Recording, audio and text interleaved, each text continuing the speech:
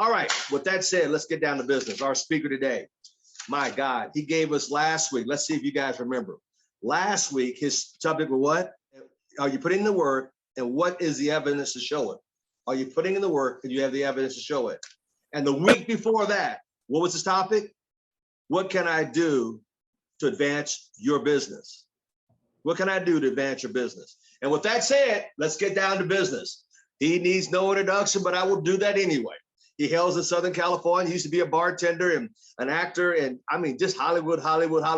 He discovered himself that he could do a little more with his life, beautiful family, and also met his beautiful daughter down in the Bahamas on one of the RVP trips he qualified for before he became an influencer / circle champions.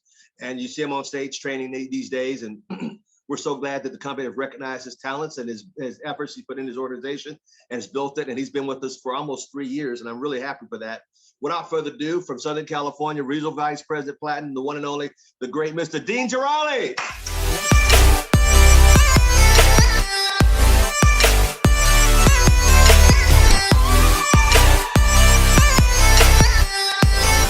So you guys, I have some stuff to go over with you. Before I do, let me do what I do every Thursday that I'm on with you guys.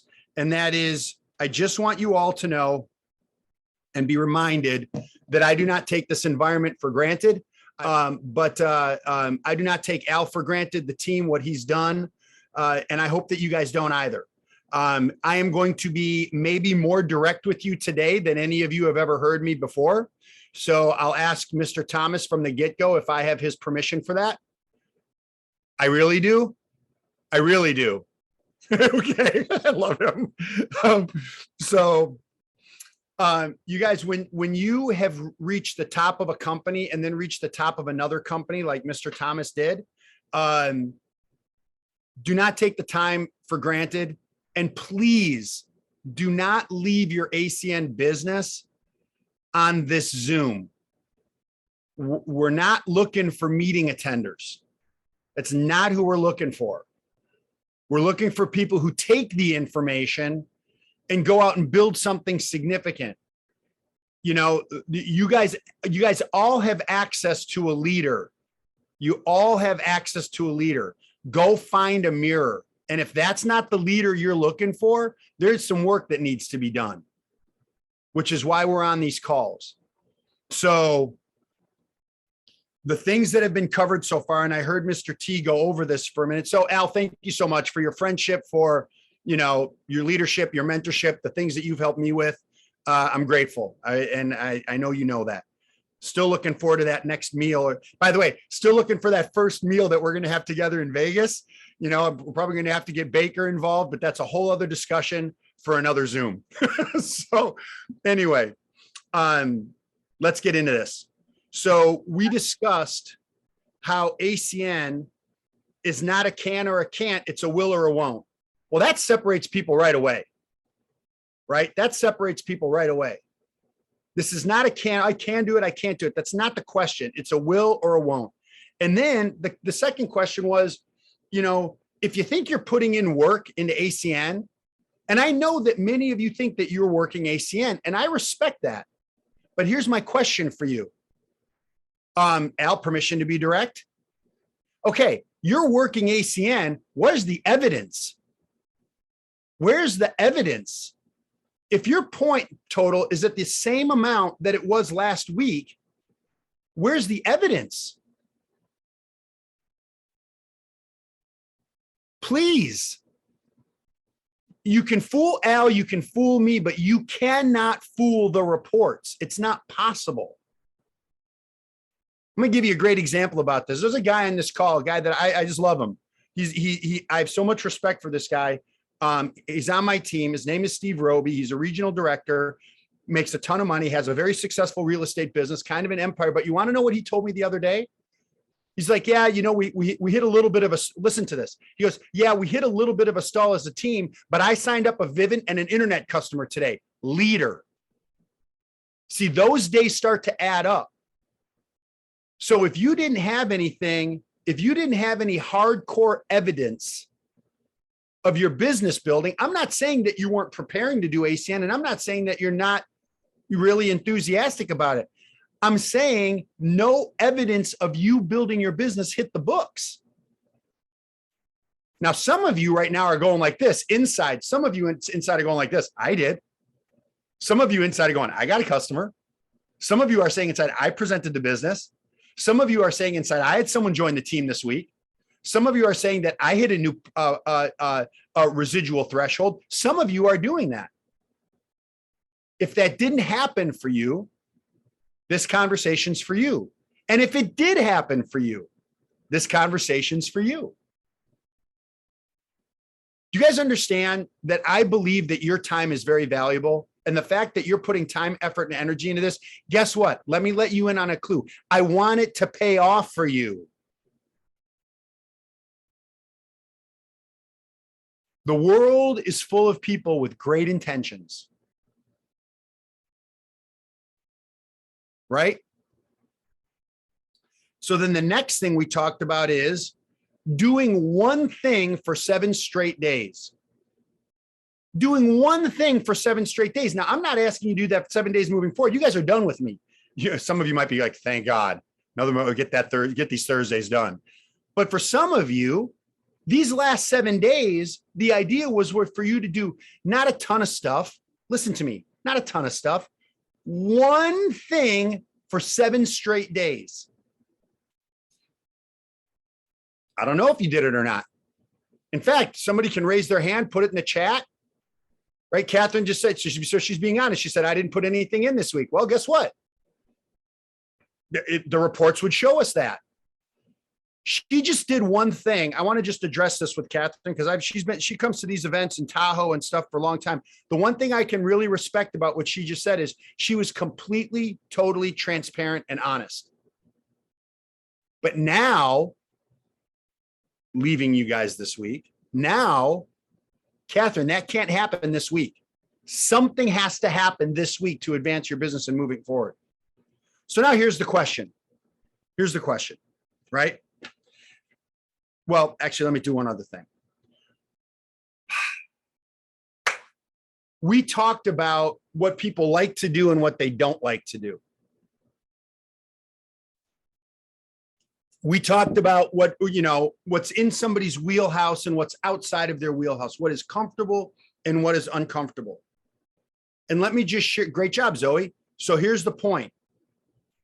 What you like and dislike is irrelevant when you have a goal. And I'm thinking about this before I was finishing this other call and I'm getting ready to be prepared to, try to do my best for Mr. Thomas and all of you. And I realized that one of the reasons why people didn't do things this last week is your goals is not that big of a deal to you.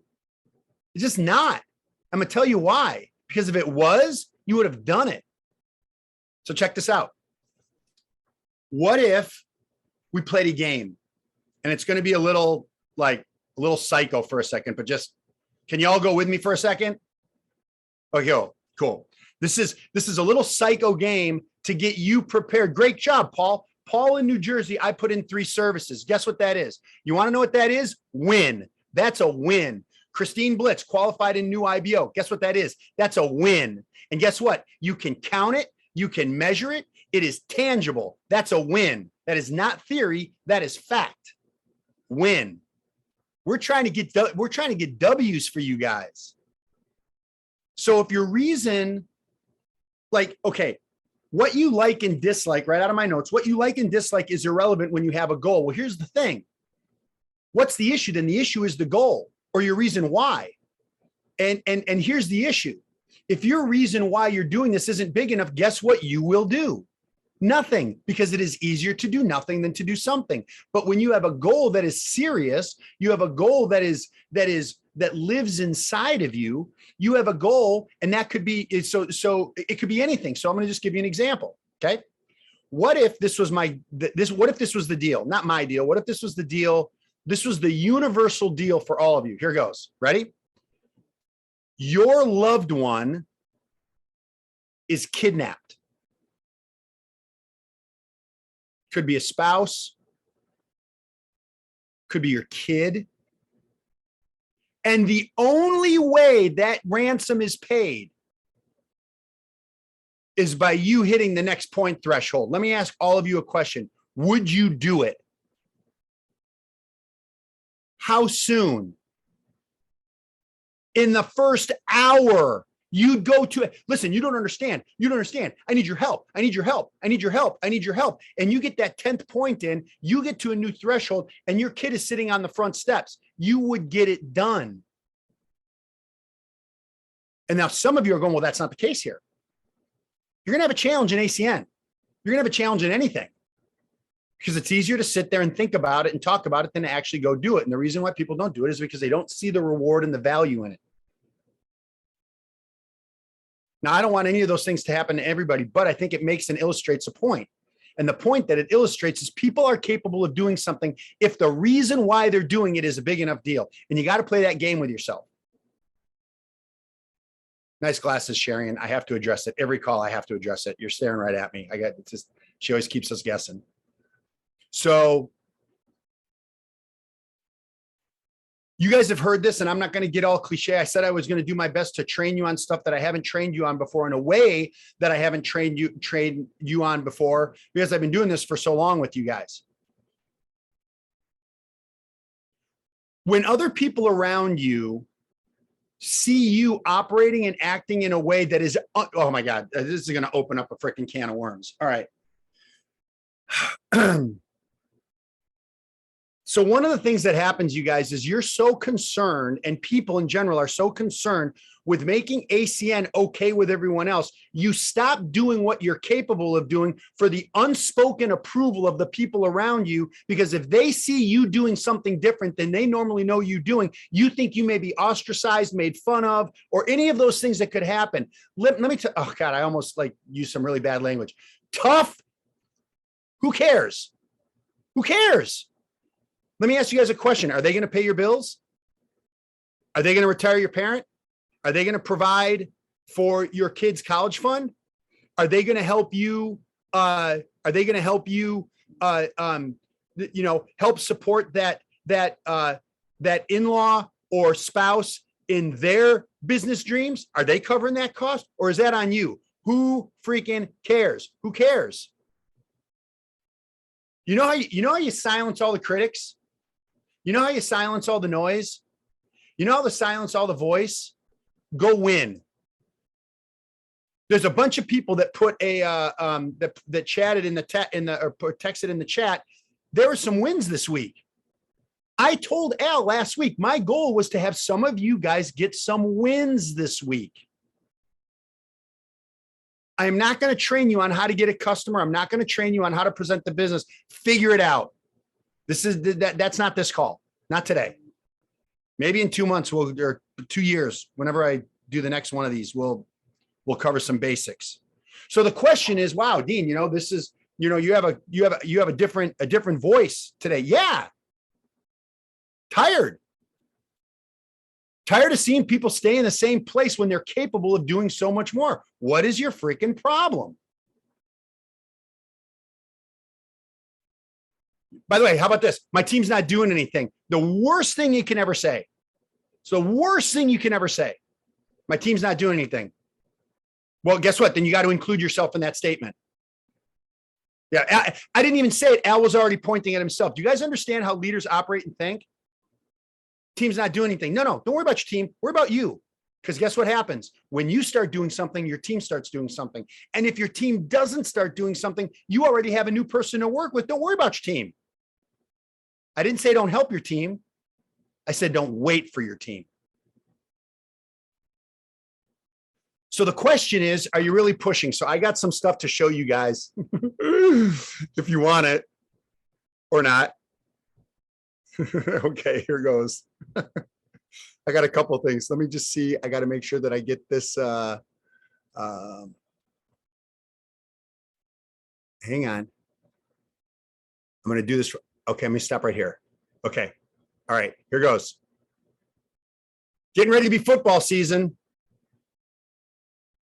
And here's a coach that everybody knows. And I got two of these to show you. So this is the first one. Then we're going to talk about it for a second. By the way, look at Mr. Payon. 2 electricity accounts in Japan. Guess what that is? Win. This group should be about a group of people that are winning, not just watching. That's awesome, man. Awesome. Here we go. Never have any team chemistry for this reason.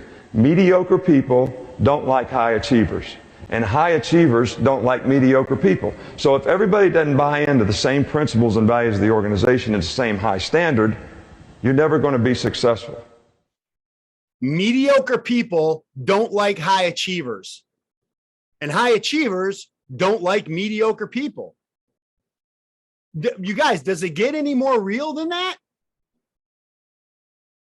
And you know, by the way, someone right there in the middle, Maria Estrada, just had her, maybe her son or grandson or whatever. Watch this. No, Maria, you're good. Watch this.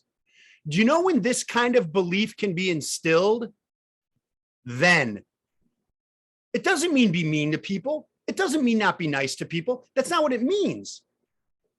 It means, what standard are you holding yourself to?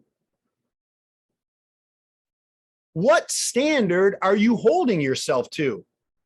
Freaking figure it out. How many of you wanted to hold yourself to a standard where you were the person putting in the chat, I got 3 customers this week. I got 2 new reps this week. Like, that's what I'm talking about. And by the way, look. I have people on my team on this call, personally in my organization, that I'm lucky and really privileged to have on my team. And I know that. I am very aware of that. There's regional directors on my team that are on this call.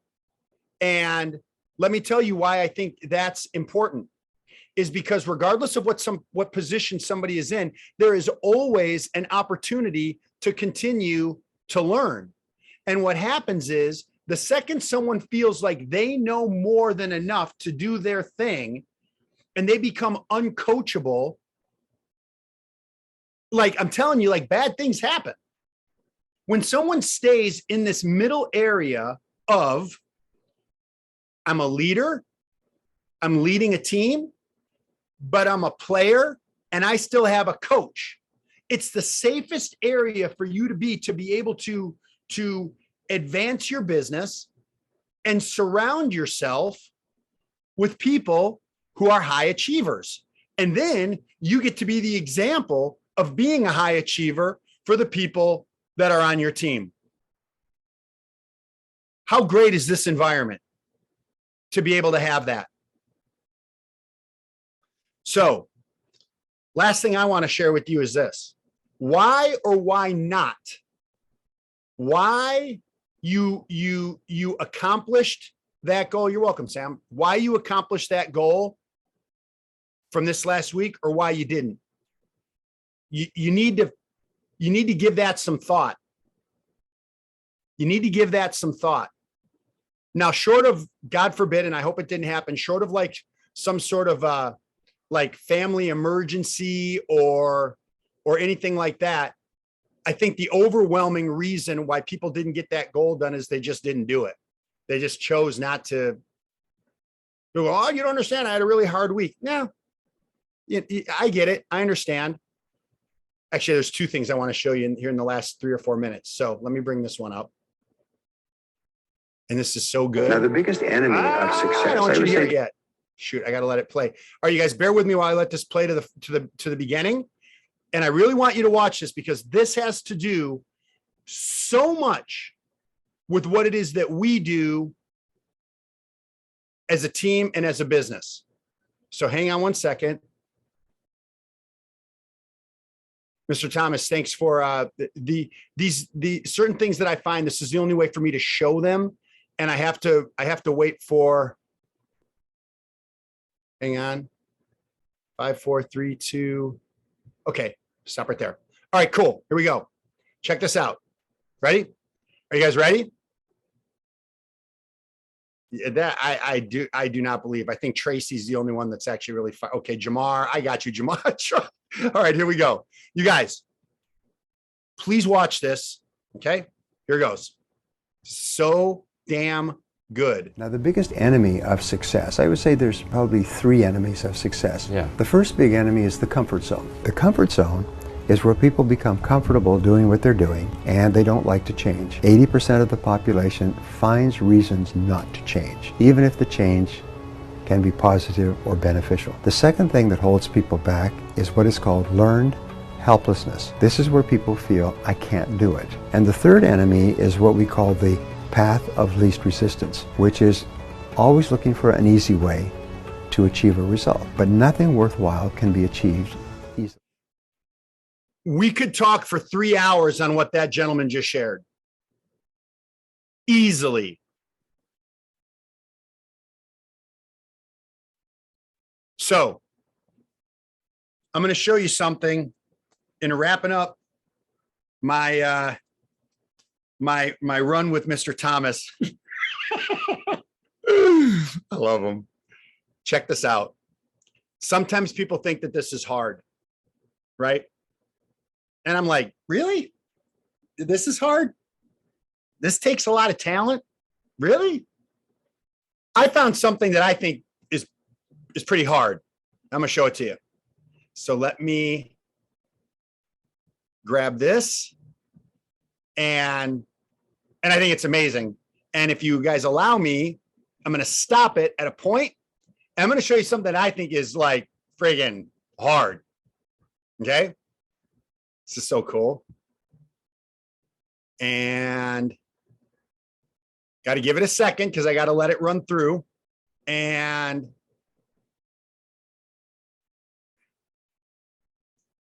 oh my God, I can't wait to show you guys this. I'm going to show you guys something that is hard. Okay. And stop. And here we go. Are you ready? See, I'm not just here to beat you up. Well, maybe a little. Because I want you to win. I want you to win. I want you to win. That's where it comes from. I want you guys to watch this. This is freaking hard. I'm like blown away when I saw this. Here goes.